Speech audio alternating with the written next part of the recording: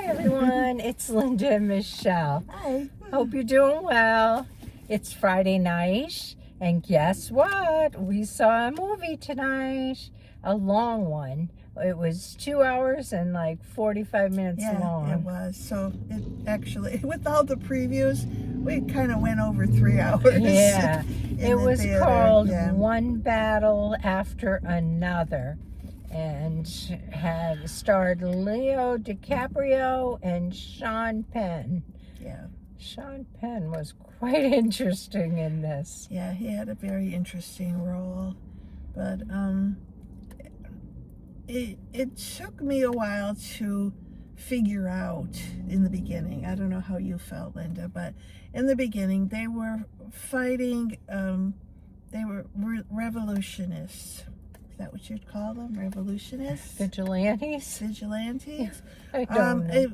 A while back, I mean, I don't know exactly how many years ago, maybe 15, 20 years ago, Leo, who was, I don't know, they changed his name a couple times, but I'm going to say he was Bob.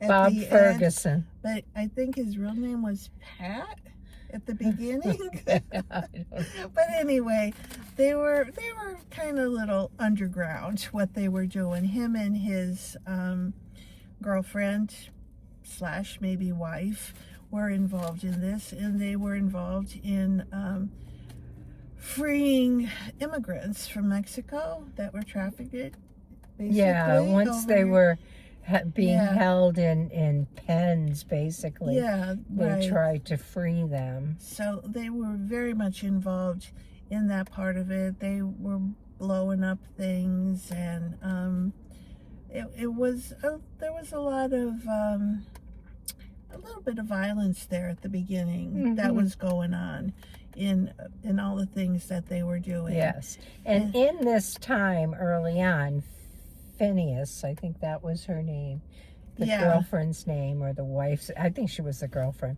of Bob. She attempted to, I don't know, she held a gun out at this captain, military captain, who later became a colonel, but at that point he was a captain. And they had some romantic interlude that took place in there. And that was Sean Penn.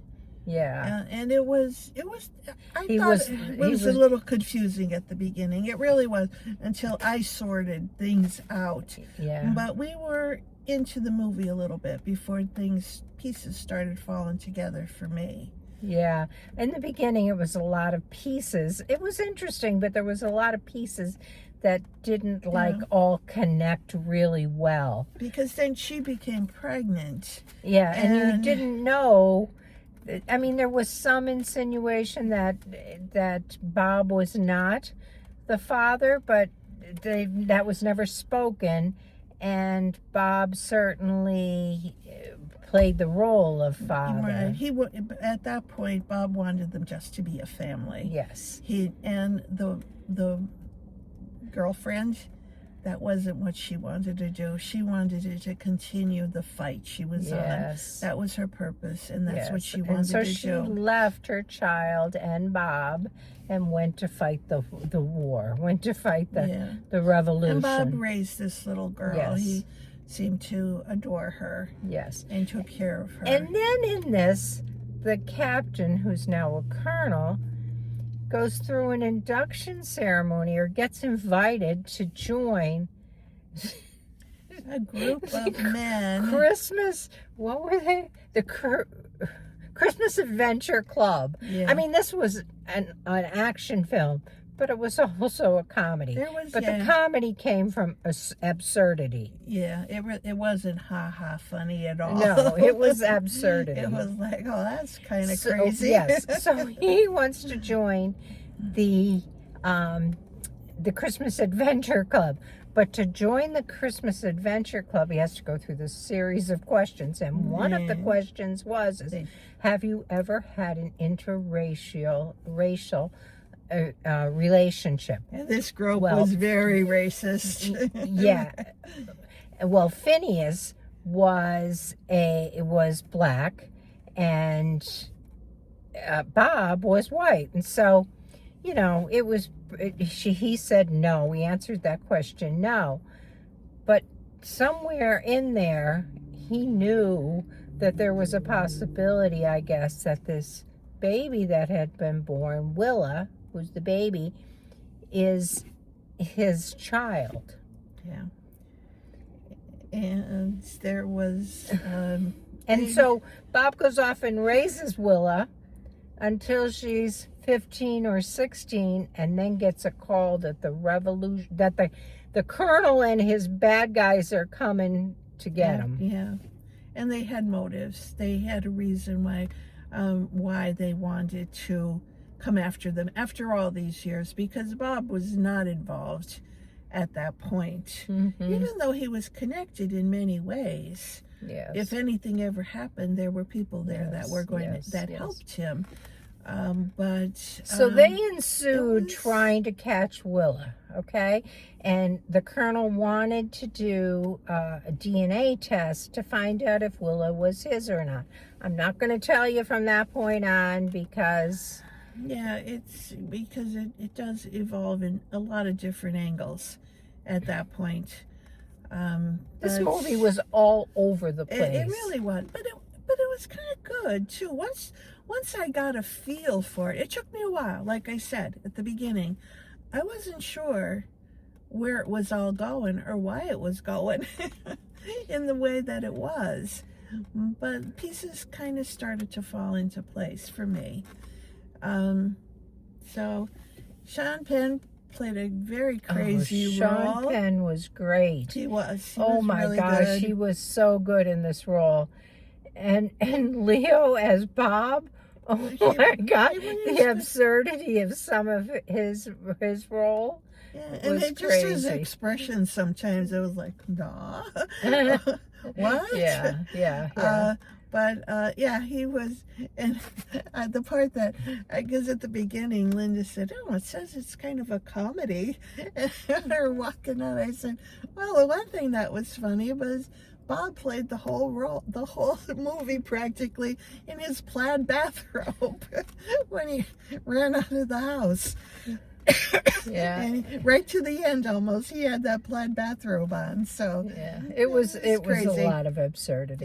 Yeah, it really was. I didn't hate the movie at all. It wasn't my favorite movie, but I didn't hate it.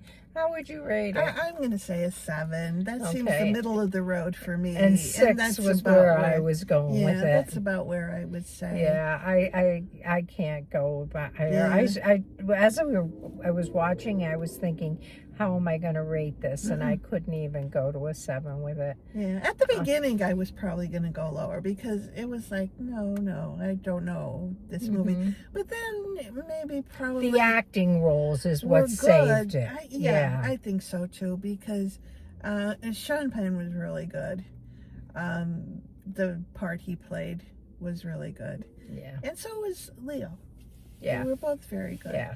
So, I think that was kept me going with my interest in the whole thing. So be prepared that it is a long movie if you're going to see it. Yeah. Plus there was a car chase too that I thought was really cool. Yeah. They were out in the, I don't know, the hills of Mexico, or not Texas, maybe. I think it was El Paso. Oh my goodness, there was this big giant car chase, and we were almost like in the front seat, and they're taking you up a hill and down a hill and up a hill, and that part was kind of cool. Yeah. So I don't know. I'd be really curious to hear what you think of it. If you've seen it. I'd like to, and if you can fill in holes for us, please do that. Tell us where we missed something, because we could have. Really possible and mostly likely. Yeah. And I always appreciate when you tell us things we didn't know. So, that's what we have for you for today. We've got 2 more coming tomorrow. And I guess all I could say for now is thank you so much for tuning in. And if you would be willing to like our video, if you do. And if you haven't subscribed, we would love to have you as a subscriber. And the last thing I want to say is just remember we are not professional movie reviewers. We are two old ladies who go to the movies and tell you what we liked and didn't like. That's the extent of it.